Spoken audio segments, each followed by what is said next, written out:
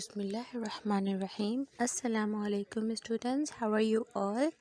I hope you all are fine, safe and healthy. This is me, Miss Sanya, and today we are going to start our first topic for second monthly of final term. Lecture number 7. Second monthly of final term. Chapter 7 MS PowerPoint 2010. Page number 81. Okay, so now let us begin with our topic. We have MS PowerPoint. You can also say as Microsoft. And this is powerful multimedia presentation software from Microsoft. Using PowerPoint, we can quickly create professional looking presentations which contains text, graphics and sounds. PowerPoint एक ऐसा software है जो कि आप इसको बहुत ही easily use कर सकते हैं और ये आपके ज़्यादातर टेक्स्ट को, आपके ग्राफिक्स यानी कि आपके पिक्चर्स को और आपकी वॉइसेस को, साउंड को इजीली कैप्चर करते हैं और एक अट्रैक्टिव लुक देते हैं प्रेजेंटेशन की फॉर्म में. ठीक है, इसको हम लोग माइक्रोसॉफ्ट पावरपॉइंट कहते हैं. Moving on to slide and presentation.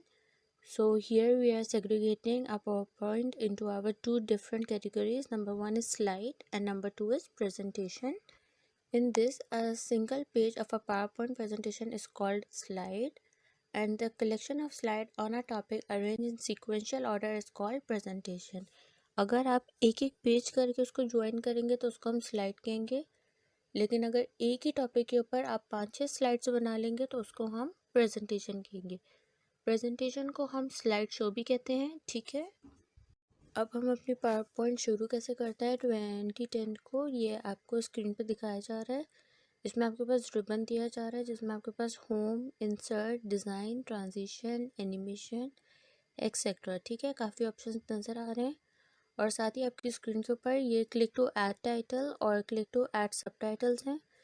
ये आपकी पावर पॉइंट की स्टार्टिंग स्क्रीन है. जब भी आप पावर पॉइंट ओपन करते हैं तो ये स्क्रीन आपको सबसे पहले बाय डिफ़ॉल्ट शो होती है. ठीक है, अब जैसे कि आप देख सकते हैं कि आपके पास पावर पॉइंट विंडो है. इसमें जब हम काम करते हैं तो उससे पहले सबसे पहले तो हम उसके कंपोनेंट से फेमिलियर हो जाते हैं कि ये क्या क्या होते हैं. तब जैसे कि आप अपनी स्क्रीन पे देख सकते हैं, इजीली मेंशन हुआ है कि सबसे टॉप पे जो आपके पास होता है फाइल के ऊपर बटन, वो क्विक एक्सेस टूल बार होता है आपका, और जहाँ पे आपका प्रेजेंटेशन 1.Microsoft PowerPoint लिखा हुआ है वो आपका टाइटल बार होता है.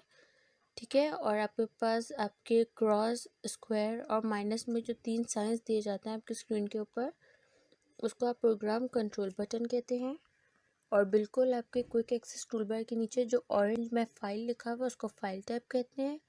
और उसके बाद फिर जो आपके पास आउटलाइन या नेविगेशन बार होता है साइड में, उसको आप लोग आउटलाइन या स्लाइड टैब भी कहते हैं.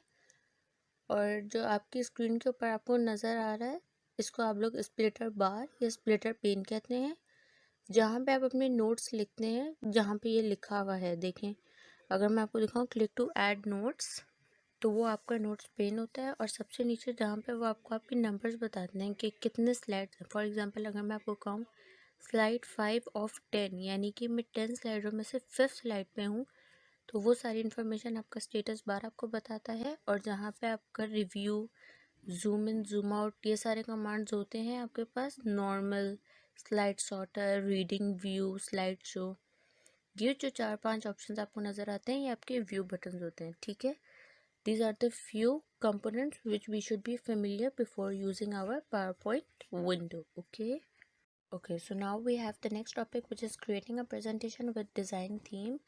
इसमें आप क्या करते हैं कि अगर आपने अपनी प्रेजेंटेशन को अट्रैक्टिव दिखाना होता है तो फिर आप उसमें थीम का इस्तेमाल करते हैं और ये थीम आपको मिलेगी आपकी डिज़ाइन टैब में.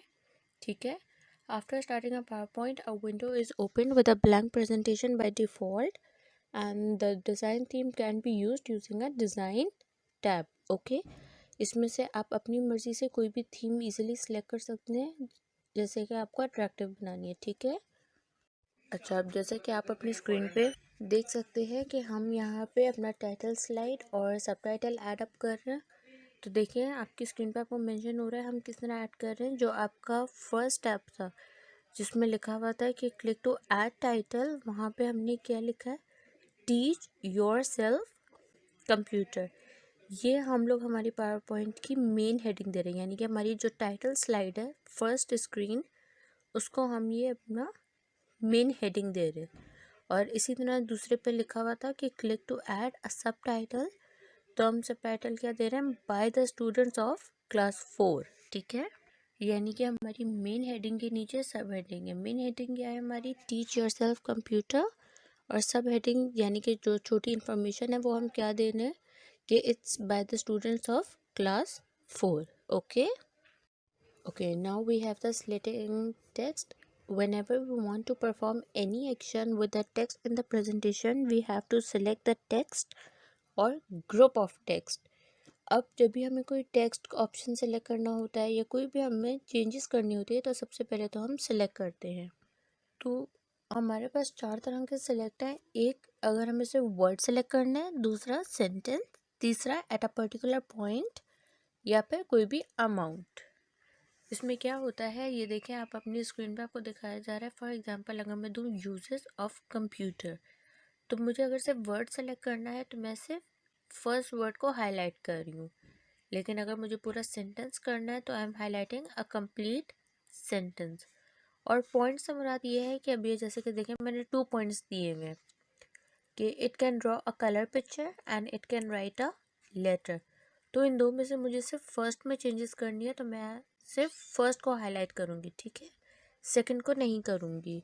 इसी तरह अमाउंट ऑफ टेक्स्ट का मतलब ये होता है कि मुझे एक सेंटेंस के अंदर किस हद तक मुझे हाईलाइट करना है, यानी कि कितनी चेंजेस मुझे उस सेंटेंस के वर्डिंग्स में या अमाउंट में करना है, तो मैं उतना पार्ट सेलेक्ट करूँगी। ठीक है, ये है हमारे 4 तरह के सेलेक्टिंग टेक्स्ट। ओके, अब जैसे कि हमारे पास लास्ट ऑप्शन है डिलीटिंग द टेक्स्ट। अब जब मुझे कुछ डिलीट करना है, तो ये देखिए आप अपनी स्क्रीन पे इजीली मेंशन हुआ है आपको क्या है कि देखिए मैंने 4 पॉइंट्स मेंशन किए। इन 4 पॉइंट में से मुझे सेकंड पॉइंट नहीं चाहिए, यानी कि इट कैन राइट लेटर्स। तो मैं सेकंड पॉइंट को हाईलाइट करूँगी और सिंपली डिलीट बटन का प्रेस कर दूँगी, तो ऑटोमेटिकली मेरे 4 पॉइंट्स में से सिर्फ 3 पॉइंट्स रह जाएंगे। ठीक है, by this we can easily use deleting the text option. Okay, thank you for watching this video. We will continue in the next lecture. Till then, take care. Allah Hafiz.